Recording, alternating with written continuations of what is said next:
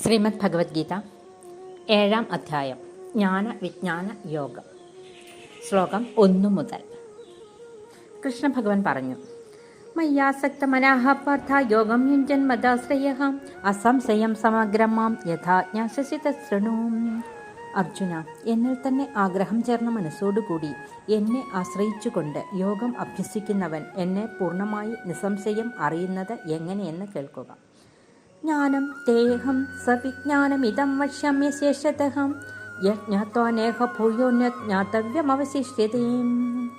യാതൊന്നറിഞ്ഞാൽ പിന്നെ മറ്റൊന്നിവിടെ അറിയേണ്ടതായി ശേഷിക്കുന്നില്ലയോ? അനുഭവപൂർവമായ ആ ജ്ഞാനത്തെ മുഴുവൻ ഞാൻ നിന്നോട് പറയാം.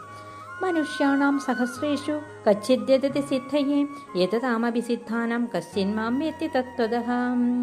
അനേകായിരം മനുഷ്യർക്കിടയിൽ ഒരാൾ മാത്രമാണ് സിദ്ധിക്കായി പ്രയത്നിക്കുന്നത്.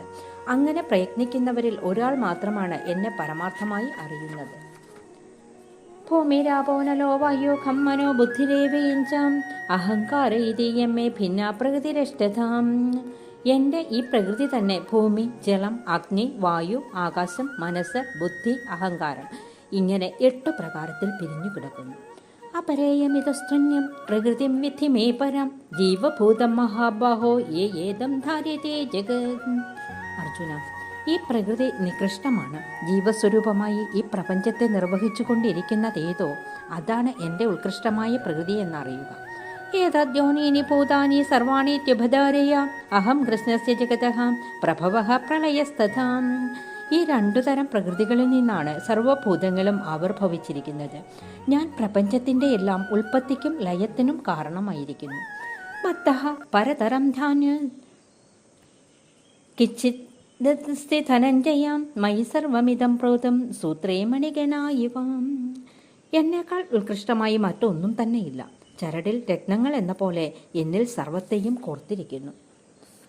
രസോഹം അപ്സു കൗന്ദേയഃ പ്രഭാസ്മി ശശിസൂരയാഃ പ്രണവഃ സർവവേദേഷു ശബ്ദഃ ഖേ പൗരുഷം നൃഷു. അർജുന, ജലത്തിലെ രസവും സൂര്യചന്ദ്രന്മാരിലുള്ള പ്രഭയും വേദങ്ങളുടെ എല്ലാം പ്രണവവും ആകാശത്തിലെ ശബ്ദവും മനുഷ്യരിലുള്ള പൗരുഷവും ഞാനാണ്.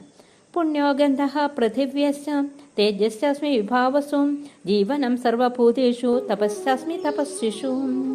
ഭൂമിയിലെ ശുഭമായ ഗന്ധവും അഗ്നിയുടെ തേജസ്സും ഞാനാണ്. സർവജീവികളുടെയും പ്രാണനും തപസ്വികളുടെ തപസ്സും ഞാനാണ്.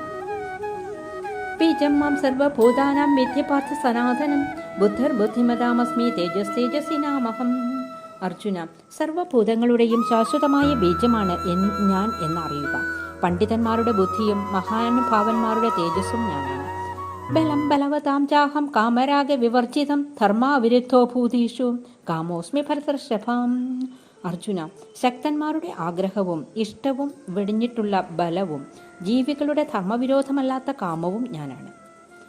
യേ ചൈവ സ്വത്തികാ ഭാവാ രാജസ സമസശയം മത്തയേ വേദി തൻവിധി നത്വഹം തേഷു തേ മയേ.